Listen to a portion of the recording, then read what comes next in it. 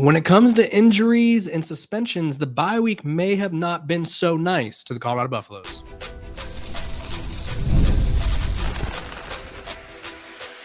You are Locked On Buffs, your daily podcast on the Colorado Buffaloes, part of the Locked On Podcast Network, your team every day.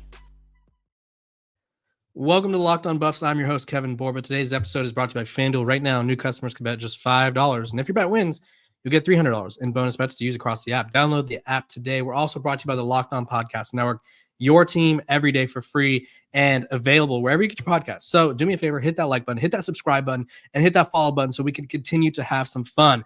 Let's talk injuries and suspensions. They seem to be hurting the Colorado Buffaloes ahead of a very winnable game against Utah. The Utah fans have already found my social media page. I predicted that Colorado will win, and Utah fans hate me. But I think this is a vulnerable team, and I'll get to why later, which is a lot to do with their quarterback situation. I'm also going to dive into the Chauncey Billups situation. For those of you that don't know or don't remember, he was once a Colorado great, and now he may be done with basketball stuff forever, depending on how these investigations go. But let's dive into Colorado suspension/injuries. I'm going to share my screen here. Coach Prime was talking to Mark Johnson, the voice of the Buffs, and let's just say he had something interesting to say about the recent bye week. Right? Colorado had their bye week this past week, and he gave them a simple guideline. Show up on Sunday, and it doesn't appear that everyone did that. So let's listen in here. Picture of what's transpiring here. Did you left on Wednesday, so after workouts on Wednesday, did you give them a Thursday, Friday, Saturday off? Yep. Bring it back and on Sunday? You got to get back Sunday. Yeah. A couple guys to make it. Yeah. The consequences to it. Sure, understand. You will see those consequences. Okay. Because you're going to say, well, I wonder what. And that's the why. Yeah. In order to get healthy. Okay, not what you want to hear, right? So for those of you that are just tuning in or those of you who just missed it, Coach Prime's talking to Mark Johnson, voice of the Buffs, and goes, yeah, we had a curfew rule, or not a curfew rule, a return rule, and not everyone made it back on time on Sunday. So those guys will not be playing, or you may not be playing, but you may miss those guys in the lineup. And so I was discussing on X, and one of the things that people said to me was it's probably just going to be for a quarter or so. It's probably just going to be for that, blah, blah, blah. Guess what? Deion Sanders suspended his own son, Shiloh Sanders, for the SWAC championship game during his time at Jackson State for being 10 minutes late to a meeting, right? So that's his own son. Imagine what he's going to do to another player who's not his son, his blood, his whatever, right? Obviously, he cares about all these players. But if he's willing to suspend his own son for a championship game, I imagine he may keep that same energy for the rest. Now, he didn't say who, and I'm assuming these guys are not listed on the injury reports, simply because the injury report has roughly stayed the same. There's been a few additions, but it's just one of those things where we're going to find out on Saturday who is or who's not playing, right? We're going to notice if someone was frequently absent from the lineup, right? Because that's how that works, right? Deion Sanders and Kyle Whittingham, which I'll get to a little bit later, which is the Utah head coach. I feel like they're both very secretive about what the ongoings of their program, right? I know a lot of coaches like to keep things close to the vest. I would say Colorado does as good a job as any program, same thing with Utah, as keeping things close to the vest, right? They don't just go out there and say, you know what? This is what happened, and this is who's playing, this is who's not, right? They kind of keep everything very under wraps. And so for Coach Prime to kind of like say, hey, you're going to notice some guys, I imagine it's key players, or at least some guys who frequently play. I'm not going to speculate on who. I haven't been told any names yet. I don't think there's a consensus out there yet, so we'll just have to wait and see on that. In terms of injuries, the injury list for Colorado continues to not be small, right? I think I'm counting like 17 guys on the out part of the injury report. So for Utah, they have 3 guys who are questionable. Quarterback Devin Dampier, who I think that's a load of malarkey based on what I'm hearing about his ankle. Wide receiver Tobias Merriweather, and then defensive tackle Dallas. I believe it's Vakal. I'm not going to pronounce it. Just Dallas V. We'll call him. I don't want to mispronounce his last name. Apologies to him. Totally lost it. But for Colorado, the guys who are out: wide receiver Hakeem Williams, safety Terrence Love, running back DeKalen Taylor, safety TJ Branch. Kyle Carpenter, the corner, Simeon Price, the running back, Savell Smalls, tight end, Carson Westbrook, the wide receiver, offensive lineman, Phillip Houston, Tyler Brown, Yaya Atia, Cooper Lovelace, Aki, OG, Jack Castera, the wide receiver, Samuel Okunlola, who, based on what I'm hearing, is probably no longer. I think we've seen the last of Samuel Okunlola as a member of Colorado. I'll just put it that way. Tavian Coleman, and then Gabriel Lightfoot. Doubtful RJ Johnson. That's sort of where he's been for the past 3 or 4 games.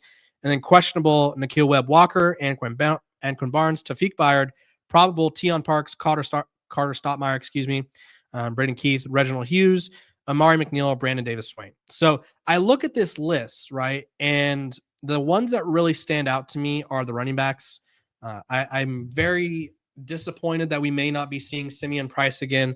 I'm very disappointed that we may not be seeing DeKalen Taylor, just because what they were doing for the offense. And I feel like Colorado has really found their groove with their with their rushing attack, right? I think last year and the year before, Colorado was ranked dead last or very close to dead last in rushing offense. This year, they're not the Air Force Academy or the Navy or anything. They're not the service academies, but they're a lot better, right? I like what they found with Dallin Hayden lately. I've liked what they found with Michael Welch at times. And so I was hoping that they'd be able to have sort of this rotation of running backs that they just keep throwing at you and just keep running the ball down your throat. But unfortunately, it appears that the injuries continue to mount. Now, the offensive line part is a little concerning, specifically Yaya, because he's been a guy that I think has played a pretty significant role for Colorado at times. He's a guy that they sort of use as they put him at tight end. I wouldn't say he's a tight end, right? They just put him in that tight end spot. They use him as like a 6th offensive lineman. His run defensive grade is pretty good. And I saw him last with Shiloh on Shiloh's YouTube, and he didn't seem banged up, but obviously there's a lot that goes on behind the scenes. But when it comes to blocking, I've been truly impressed with him. He leads, he's 3rd on the team in pass blocking grades with 82.9, and then run blocking grade pretty solid at 62.6. It's not great, but obviously when you look at the other offensive linemen, he leads the team, or he's 2nd on the team behind Kareem Harden, but he leads the team in terms of run blocking grades for offensive linemen who have played more than 50 snaps, right? He's played 182 run blocking snaps. So pretty big loss there, I would say. He's not obviously like Jordan Seaton at left tackle, but he's the guy that they relied on a lot. Defensive tackle wise, I mean, I think it's been the same for the past couple of weeks. No Tavian Coleman, no Gabriel Lightfoot. Samuel Okunlola has been quite disappointing this year. He had 1 tackle against Georgia Tech, then was injured. And what I'm being told is sort of accurate and true, according to my sources, Okunlola is probably going to be in the portal when the season's over. That's what I've been told. Obviously, things can change. But I think we've seen the last of him as a buff. Granted, they have London Merritt, they have Alexander McPherson, they have Arden Walker. They have a lot of guys at these positions. It's just you would have liked to have someone who, in his true freshman year at Pitt, had 5 sacks, right? We haven't really seen that since. And then you have Tion Parks coming back. I'm hopeful for these Colorado corners. Same thing with Reggie Hughes, the linebacker. I'm hopeful that they could find their groove, turn things around, but we'll just have to wait and see. But I do think injuries and potential suspensions may play a bigger factor than we thought. And I think the injury parts for Colorado, it can be attributed to a couple things. And for starters, and I'm not going to pretend like I know how everybody suffered an injury, right? It could be bowling, it could be whatever. Tyler Brown, good question, Larry. He's just been injured all year. I don't know what his injury is, what the extent of it is, but he hasn't played. And at this point, I don't know if he qualifies for a medical red shirt, but that could be a possibility for him if that's something he's looking for. I'm not sure. I'd have to check into his eligibility status. But when someone isn't playing, and we talked about this earlier in the week with guys quitting on the team, according to Coach Prime, there's going to be some guys who make some business decisions, right? You could play in 4 games and preserve a red shirt. You can also, whether it's just a general red shirt, you can also medical red shirt. So I think some of these guys who haven't played at all may eventually be heading in that path of like, I'm going to red shirt and transfer elsewhere. So there's that. But back to what I was saying is I think injuries and suspensions could play a role for Colorado. It's just one of those things where it's like, you have so many guys out, and I don't want to speculate on how people are getting injured, whether it's bowling, practice, whatever, but Colorado practices on turf. They play on turf. I've heard a lot of complaints about their turf, their new field. It looks good, but not a lot of people are loving the substance on the field. We'll just put it that way. And so we all know that there's sort of this movement to get rid of turf fields in sports just because of how harsh they are on the bodies.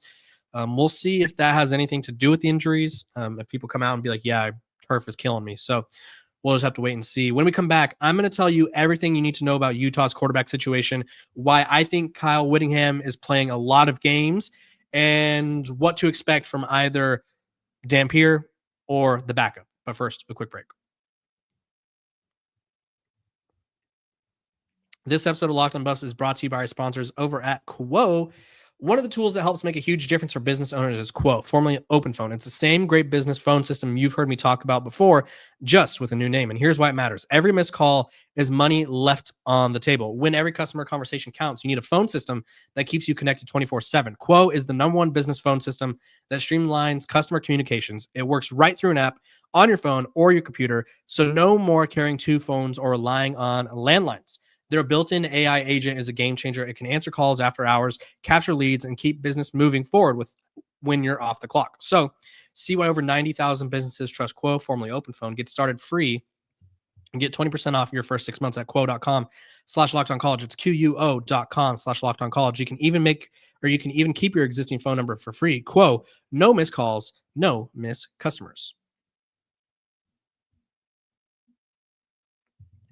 This episode of Locked on Buffs also brought to you by our sponsors over at FanDuel. The NFL season is here, folks, and if you want to get in on the action, FanDuel is the perfect place to do it. That's right. Pick a bet, put down $5, and if it hits, you'll unlock $300 in bonus bets to use across the app. So what are you waiting for? Visit FanDuel.com to download the FanDuel app today and get started.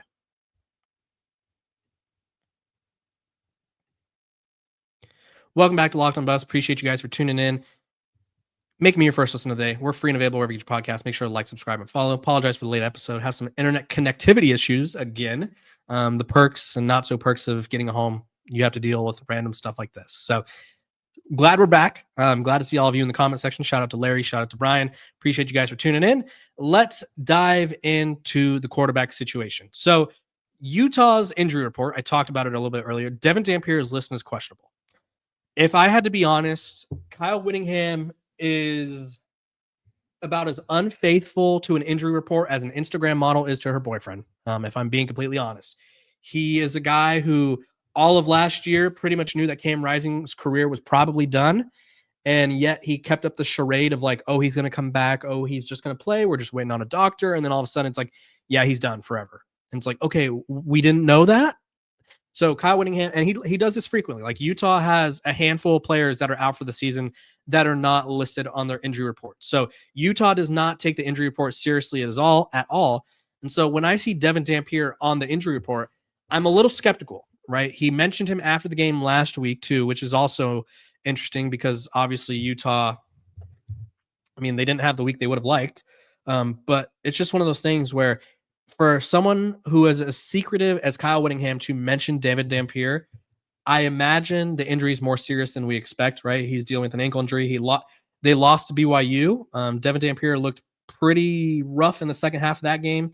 And his ankle brace is huge, right? It's literally like the size of my microphone where it's just like wrapped around his foot. Like it's a pretty big injury, or a pretty big brace, excuse me. So the possibility that we may see Bird Ficklin is, I think, growing. But here's what you need to know about Devin Dampier. He's extremely, extremely hard to take down.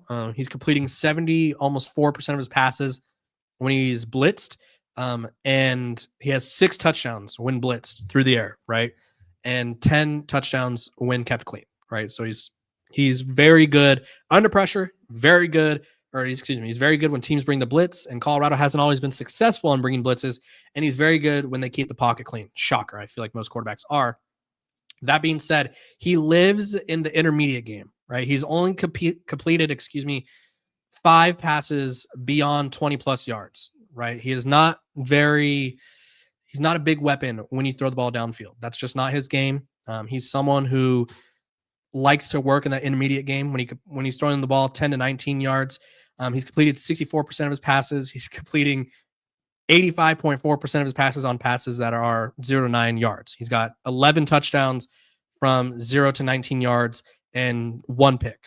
He's got 3 interceptions when he's throwing the ball 20 yards down the field. So Devin Dampier isn't someone who could stretch the field that much with his arm, but he is someone who likes to move around with his legs. And so if he is immobilized, it's probably going to be easier for the Colorado defense, right? You want to take away his legs. You want to make this a game where he has to beat you with his arm. That's not something that he has shown that he could consistently do. That being said, if they don't go with Dampier, they have Bert Ficklin, who's a true freshman. I believe he's a 3-star recruit and very athletic guy. I don't think their game plan in terms of using the running quarterback, if Dampier is healthy enough to run, I imagine they'll run him as much as they feel comfortable with. But Bert Ficklin is a guy that they've brought in running packages. He is a pretty good athlete, standing in at 6'1", 185, picked Utah over Army, Florida A&M, Incarnate Word, Grambling State. Didn't have the biggest offer list, but super athletic guy. Ran track in high school. And they obviously liked him enough to put him as the backup quarterback over Isaac Wilson, who's been with the program now for 2 years. So Bert Ficklin is a name to look out for. That being said, if you're Colorado, you're probably licking your chops at Bert Ficklin, right? He's thrown 9 passes on the year, and they haven't been in meaningful snaps by any means, right? He's played a little bit against Cal Poly.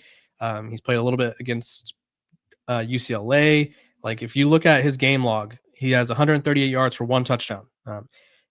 His passes came against West Virginia and Cal Poly. He threw 8 passes against both teams, 4 of each, touchdown against West Virginia. Then he threw a pass against Arizona State in the 42-10 blowout. So if you're Colorado and you're facing Bert Ficklin, you want to pressure him. You want to make his life uncomfortable because he hasn't had to throw the ball in do or die situations, right? I think it's one of those things where it's like, would you rather face a veteran who, even if he's a little banged up, knows what he's doing, or would you rather face a guy who's being thrown into the foxhole for the first time of his career against a Colorado defense who, mind you, they may not have the best numbers in terms of getting to the quarterback, but Arden Walker has one of the best pressure rates in college football. Lennon Merritt at one point led the country in pressures, and Alexander McPherson's also out there. They have some guys who could get after the quarterback. So if you're Utah, you're probably a little nervous about your quarterback situation. And if you're Colorado, you're probably licking your chops a little bit at this quarterback situation. I see some questions in the comments section, and I will address those right now, actually, because I feel like Chauncey Billups' situation doesn't have anything to do with what we're talking about. So let's address the question. Do you think Coach Prime will bring in a quarterback coach next year and help with coordinating? I do think Coach Prime is probably going to adjust his staff a little bit. And I would imagine quarterback coach is one of the positions that he possibly looks at. I know he's got ties to Pat Shurmur. I know he's very fond of Pat Shurmur. But I think we could safely say that the quarterback development of Caden Salter has not been where we would have liked to see. I know they talked about Byron Leftwich. I don't even think I think his role was more symbolic than anything. I wish he had a more hands-on role with Colorado, but we're not seeing that. But I do think it would be smart for Coach Prime to make a few changes to his staff, right? I think a quarterback coach, offensive coordinator change may help. I think you could look at the cornerbacks, the way they digressed this past year. And I think you could also look at general manager. I think Coach Prime needs to really build out his front office a little bit differently, I think you'd say. Another question or another comment that I want to address. Utah says, doesn't matter, they're going to run the ball. That's a good point. Utah is going to run the ball. That being said, Colorado has struggled more with stopping running quarterbacks than running backs, which is the weirdest thing. It's like they could sell out and stop LJ Martin, but as soon as Bear Bachmeier tucks the ball, it's like, oh shoot, like what are we going to do? Right. You look at, I think Iowa State was probably their worst game against a running back. Abu Sama ran for 177 yards, but you look at TCU, which isn't known for being the best running team, but Kavarian Barnes led the way with 48 yards on 3.3 yards per carry. Week before that, LJ Martin, he only had 58 yards, 3.9 yards per carry. So Colorado can stop running backs. It's the running quarterbacks that give them issues. So if Devin Dampier is limping and he's gimpy on his ankle, it could make Utah's offense really change. So we'll just have to see how banged up Dampier is. Considering how big that brace was, I imagine he's not going to be scampering around the backfield. And that'll be interesting with how they use Bird Ficklin. But assume they play both quarterbacks. Say they try to go Dampier and Bird Ficklin. When you put in a quarterback who everyone knows is going to run the ball, it makes it easier to defend, right? Look at Alex Orji from last year from Michigan. When he came in, it was like, okay, he's going to keep the ball, right? They're going to do a read option, or they're going to go quarterback power, and he's just going to keep the ball. He's not going to hand it off. So I think Utah's offense is going to be very predictable this week. So we'll see how this prediction, we'll see how it fares moving forward. When we come back, we're going to talk about the Chauncey Billups scandal that is shaking the NBA world today. This episode of Locked on Buffs is brought to you by our sponsors over at Mazda. Mazda crafts cars for those who do more than simply move. You can feel the Japanese craftsmanship in every detail, from the metallic accents to available Napa leather upholstery. You can make everyday drives feel like anything but, from smooth handling to intuitive controls. Like our players, we sweat every detail, because when you make every move count, impossible becomes irrelevant. Mazda, move and be moved.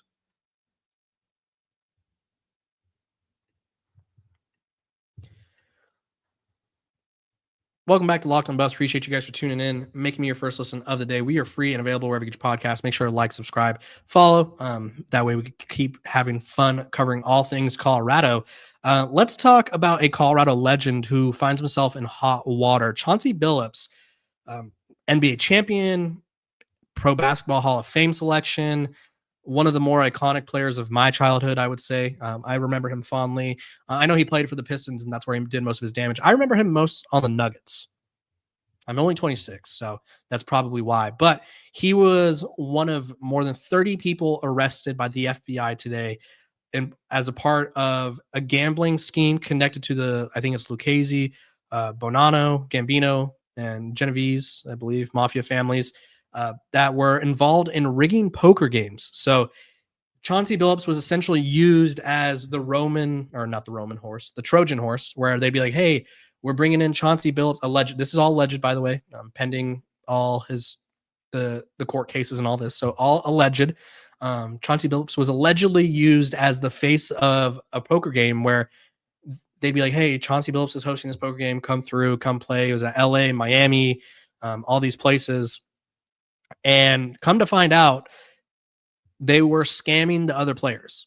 So they were using chip tray analyzers, which basically they were able to determine who had what hand and feed information to people off site, so that way they could use that information however they wanted. They had an x-ray table that could read face cards or read cards face down. They also reportedly had contacts and glasses that could x-ray vision. This sounds like made up stuff out of a spy movie, but they were using it. So he's been placed on immediate leave. He was arrested this morning, and he's going to be appear in court in Portland. It says that he was doing this in 2019, and this is a report from NBC. It says, quote, Portland Trailblazers coach Chauncey Billups appeared in federal court today and acknowledged his right to remain silent with yes. It said Billups did not make any plea in the appearance at the U.S. District Court in Portland. He was released on conditions after an agreement between prosecutors and defense. These conditions include no travel restrictions, no gambling activity, shocker, a no contact order, and standard condition regarding firearms, according to NBC. According to the NBA, Billups has been placed on immediate leave. He'll be replaced by Tiago Splitter. And the Trailblazers said, we are fully aware of the allegations involving head coach Chauncey Billups and fully cooperating with the investigation. So Chauncey Billups' time could be over in the NBA. I saw one report from Brett Siegel, I believe, of Clutch Points, talking about how he could be removed from the Pro Basketball Hall of Fame if it was true, because more developments are coming forward, and there's an alleged belief that Billups was possibly swaying games by playing certain players and giving information. Some other notable people who were involved in the scandal were Terry Rozier, who was feeding people information about his over-unders props. So he was basically saying, like, yeah, I'm going to leave this game early, so bet the unders. And so say his over-under was set at 21 points. he played like 9 minutes and then faked an injury and left the game. And so this report says, quote, a co-conspirator matching the description of Trailblazers head coach Chauncey Billups is named in the Terry Rozier indictment. He is alleged to have told a defendant that the team would bench starters and take the March 24th game. The defendant shared this info with bettors previously indicted with the Jonte Porter scandal. So Jonte Porter last year, or 2 years ago, I think it was last year, was telling guys that he was take his under because he's going to fake an injury. I think he faked an eye injury or something. So Chauncey Billups is in hot water. Very unfortunate situation for the NBA. I believe the NBA just opened 2 days ago. Like they just had their first 2 games of the season on Tuesday. Mostly everyone else played yesterday. Victor Wembanyama had 40 points. Cooper Flagg made his debut, and now the league is entrenched in this scandal, and it's very disappointing all around. I think the league is really going to have to crack down on gambling even more. I don't think guys were getting the memo. I don't think players realize that, like, hey, if you're a bench player and you have props on you, and all of a sudden there's $200,000 being placed on you, as there allegedly was for Terry Rozier, that is fishy, right? Brian Windhorst reported that the gambling sites, they reported that to the NBA the day it happened, that all of a sudden there was hundreds of thousands of dollars being placed on Terry Rozier. Like they were aware of this right away. So for the players out there to think you're going to outsmart the feds, to think you're going to outsmart the odds makers and the people in Vegas, it's not going to happen, right?